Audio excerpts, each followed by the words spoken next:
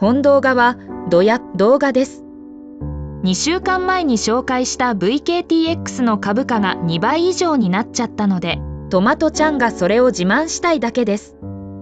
この動画を見る前に、まずは事前に左下の動画をご覧ください。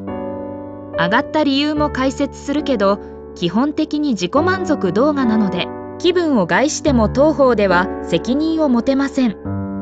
まずは VKTX の株価を見てみよう。青い矢印が金曜日で、動画はその週末に紹介したよ。そこから10日後に皮下注射の肥満薬のフェーズ2の結果が出て、株がその日に2倍以上になったよ。その後一旦100ドルを試すも、次の日調整したのが今だよ。それでも動画で紹介した時の2倍以上だよ。正直笑いが止まらないよね。動画を作っておいてよかったよ。2週間後だったら手遅れになるところだよ。これだから株はやめられないよね。どや。それでなんで株価が上がったかを説明するね。前回説明したように3月末までに2つの試験の結果が発表される予定だったよね。そのうちの上の皮下注射のフェーズ2の結果が出たの。どんな試験だったか見ていこう。こちらが試験の内容だよ。肥満症の人。これは BMI が30以上。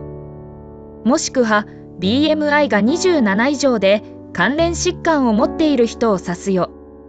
それらの人をプラセボ、これは効果がない薬のことね。それと4つの薬の有効成分の量を4パターンに分けて、ランダムにどの薬を使っているかわからないようにするの。それを13週間注射をしてもらった試験だよ。試験終了後、6週間フォローアップ期間もあるけど、今回のデータはそのフォローアップ前のデータだよ。実際に参加した人はこんな感じだったよ。平均年齢は50歳前後だね。性別は女性の方がかなり多く入っているね。人種は白人が7割8割。平均体重は 100kg 前後だね。平均の BMI がは37前後だね。こちらが結果だよ。13週間後の体重変化はプラセボがマイナス 1.7% だったのに対して、一番容量が多い 15mg の結果はマイナス 14.7% だったよ。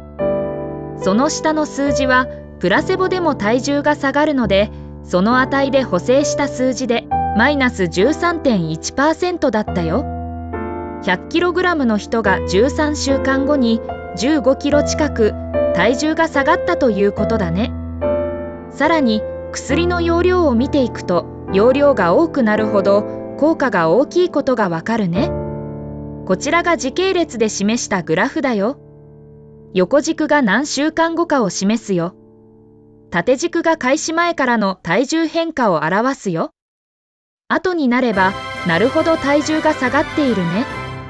ここで重要なのは13週あたりを見てわかるように、試験終了直前も体重が下がり続けていることだよ。これが何を意味するかというと、試験期間をもっと延ばせばもっと体重が減っていく可能性があるよ。これは13週間後に体重が開始前よりも 10% 以上減った割合を示すよ。 15mg の結果では 88% の人が 10% 以上体重が減ったということだよ。驚異的だね。これが体重変化の他の薬剤との比較だよ。 NVO、ART、LLY の薬剤が載っているよ。他の薬剤の方が体重減少が大きいように思えるけど、その下にある試験期間も見てね。今回の VKTX の結果は13週間後だよ。それに対して他の試験結果はかなり長い期間での結果だよ。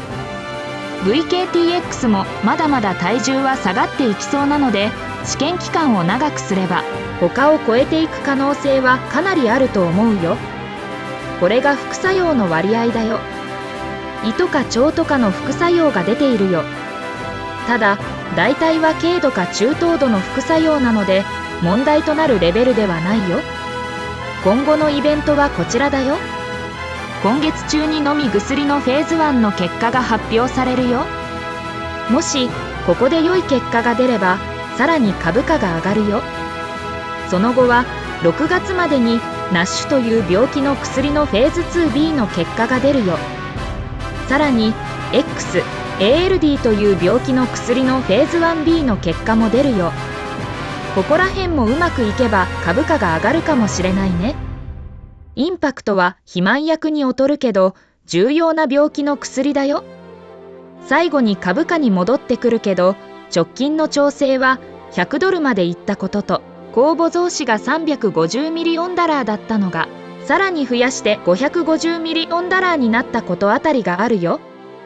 そして注目はどこかの製薬会社が VKTX を買うかどうかだよ。売却の場合はその時の株価からプレミアムをつけて株を買い取ってくれるよ。それじゃまた次回。何でもいいからコメント欄でリクエストしてね。みんなのコメントがなくていつも寂しがっているよ。バイバイ。